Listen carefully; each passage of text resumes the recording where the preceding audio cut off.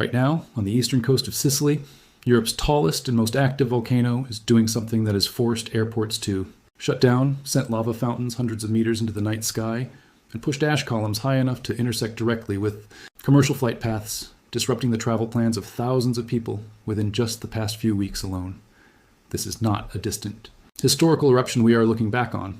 This is happening in real time, and volcanologists monitoring Mount Etna around the clock are watching one specific pattern extremely closely because it tells them exactly what could be coming next. Before we break down exactly what triggers Etna's most violent phases, if the raw explosive power hiding beneath one of the world's most active volcanoes fascinates you the way it fascinates us, hit like on this video right now because what is unfolding at Etna this week is genuinely one of the most dramatic volcanic stories happening anywhere on the planet. Let's start with the mountain itself. Mount Etna rises roughly 3,350 meters above the eastern coast of Sicily, making it not only the tallest active volcano in Europe, but also one of the most consistently active volcanoes anywhere on Earth. Its name comes from the ancient Greek word "aitho," meaning "I burn," and that name has proven remarkably accurate across more than 2,700 years of documented eruptive history dating back to antiquity. Etna does not really stop erupting for long stretches of time, and locals living on its slopes have grown accustomed to that near-constant background hum of activity. The real question scientists ask is never whether it is erupting, but which of its several summit craters is currently active and at what level of intensity. Roughly 1 million people live on or near Etna's flanks, including the city of Catania, home to around 300,000 residents, sitting just 30 kilometers south of the summit.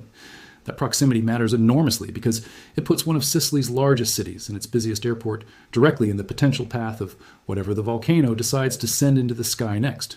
This latest chapter of activity began building back in late June of this year, when a fissure opened at the base of Etna's northeast crater, releasing a slow-moving lava flow toward an area known as the Valle del Leone. Within days, that activity intensified sharply.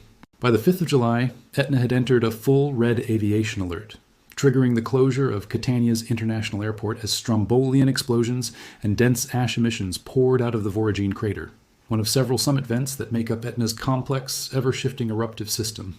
That closure lasted for days, stranding travelers and forcing diverted flights all the way to Palermo, more than 200 kilometers away. Then, in the early morning hours of the 30th of July, the volcano escalated even further, producing what scientists call a paroxysm, a particularly violent eruptive phase marked by sustained lava fountains blasting skyward from the Voragine crater, visible for miles across the surrounding countryside. Weak, intermittent activity had already been simmering through the previous night, but just after 3:30 in the morning local time, it rapidly intensified, sending an ash cloud soaring to an estimated altitude of nearly 5 kilometers, high enough to immediately trigger fresh aviation warnings across the region. The explosive activity briefly eased, only to roar back to life again on the 6th and 7th of August with a second paroxysmal phase, this time producing an ash plume reaching approximately 7 kilometers into the sky, once again forcing Catania Airport to suspend arrivals. To put this year's activity into perspective, Etna erupts in some form roughly 200 times annually on average, though the overwhelming majority of those events are low-level strombolian activity, small, rhythmic bursts of gas and glowing rock that pose essentially no threat to aviation or nearby communities. Paroxysms are the exception, brief but genuinely violent bursts of high-intensity activity that send ash columns rocketing up to altitudes where commercial jets fly. That is precisely why aviation authorities take even a short paroxysmal episode so seriously, closing an entire airport corridor within minutes of an eruption beginning, even when the broader volcanic system is not considered to be in an unusually dangerous state for its long geological history. Researchers studying Etna's most recent eruptive phase, which technically traces back to activity that began at the southeast crater in November of 2022, note that this ongoing period, while visually dramatic and disruptive to daily life in Catania, still falls within a moderate range on the volcanic explosivity index, well short of Etna's rare, historically catastrophic episodes. If understanding exactly how scientists read a volcano's internal pressure through instruments buried deep in the rock genuinely excites you, go ahead and subscribe, because we dig into exactly this kind of science every single week. So what actually triggers a paroxysm like the ones we have just watched unfold at Etna? To understand that, you need to picture what is happening far beneath the summit. Etna sits directly above one of the most tectonically stressed points on the planet, positioned almost exactly between the African and Eurasian tectonic plates, where the two are locked in a slow, relentless collision.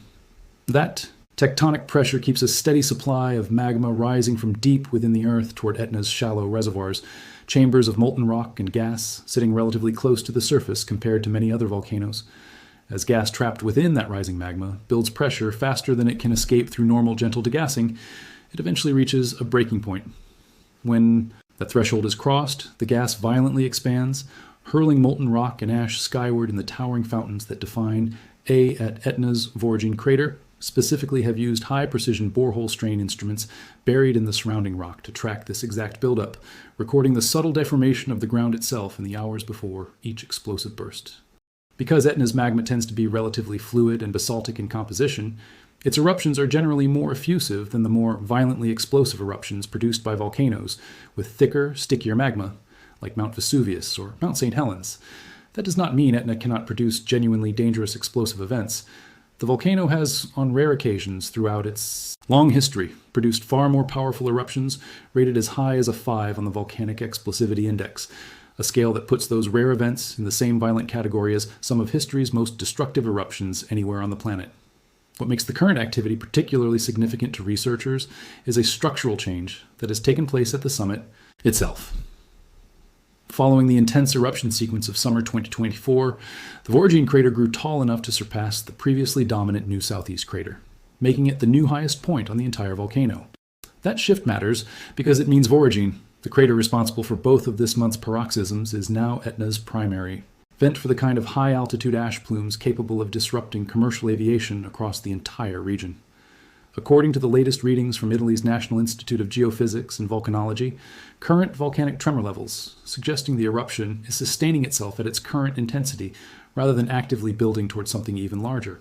Scientists caution, though, that Etna has confounded exactly this kind of reading before, and continuous, real-time monitoring of every available data stream remains the only way to catch a genuine escalation before it fully develops. Scientists tracking Etna rely on far more than a single instrument to understand what the volcano might do next.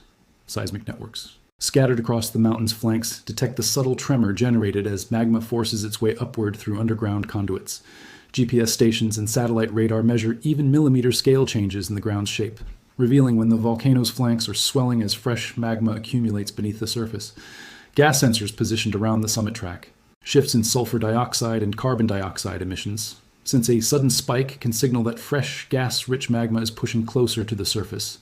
Thermal cameras keep a constant watch on the summit craters themselves, picking up heat signatures long before any visible eruption begins.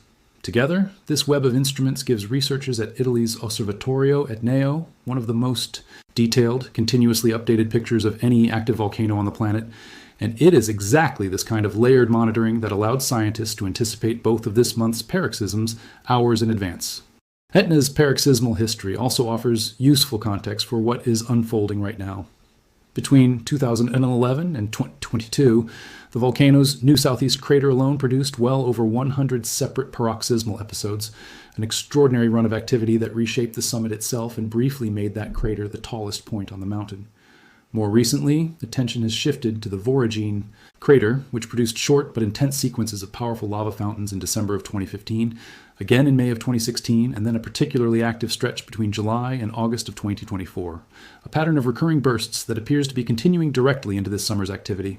Catania Airport has borne the brunt of the disruption throughout this eruptive sequence, suspending arrivals multiple times within just the past several days alone, as shifting wind direction repeatedly pushed ash plumes directly across the airport's flight corridor. Because Catania sits so close to the summit, even a modest change in wind can be the difference between routine operations and a full closure, sometimes within minutes of a paroxysm beginning. Passengers have been diverted to Palermo, hundreds of kilometers away, while airlines scramble to manage the kind of chaos that has become a familiar, if unwelcome, part of life for anyone traveling to eastern Sicily during an active eruptive phase. On the ground, ash fallout from the most recent paroxysm was sampled in several towns ringing the volcano's slopes, including Adrano, Ragalna, and Nicolosi, communities that have learned to live alongside Etna's unpredictable moods for generations, sweeping fine gray ash off rooftops and cars, almost as a routine part of daily life during these active stretches. Historically, that relationship has not always been gentle. In 1928, a lava flow triggered by Etna completely destroyed the village of Mascali, and in the early 1990s, the town of Zaffarana Etnea faced a serious, sustained threat from an advancing lava flow that authorities worked for months to try to divert and control. So what happens next? Volcanologists monitoring Etna in real time are watching closely for any sign that this pattern of repeated paroxysms, arriving roughly every week or so throughout late July and early August, might either taper off into quieter, more typical Strombolian activity, or continue escalating into something more sustained. Etna genuinely does not follow a predictable schedule. It can simmer quietly for weeks or months at a time, and then reawaken with almost no meaningful warning. What scientists can say with real confidence is that the underlying tectonic engine driving this activity, the relentless pressure of two continental plates grinding against each other far beneath Sicily, is not going anywhere, and it will keep feeding fresh magma toward the surface for as long as that geological collision continues. That is really the heart of what makes Etna such a compelling, endlessly active subject for scientists and travelers alike. It is not a question of if the mountain will erupt again. It always does, sooner or later, in one crater or another. The real story lies in watching, moment by moment, exactly how each new phase of activity builds, peaks, and eventually settles, and in using every available tool, from borehole sensors to satellite imagery, to understand what triggers the mountain's most violent moments before they fully arrive. If this deep dive into one of the world's most active and closely watched volcanoes gave you a new appreciation for the forces constantly reshaping the ground beneath Sicily, do not scroll away without hitting subscribe, because we break down stories exactly like this one every single week. And if you found this breakdown fascinating, tap that like button right now, because it genuinely helps this kind of research-driven content reach more curious minds who want to understand what is actually happening on for thousands of years, and right now it is showing absolutely no signs of stopping.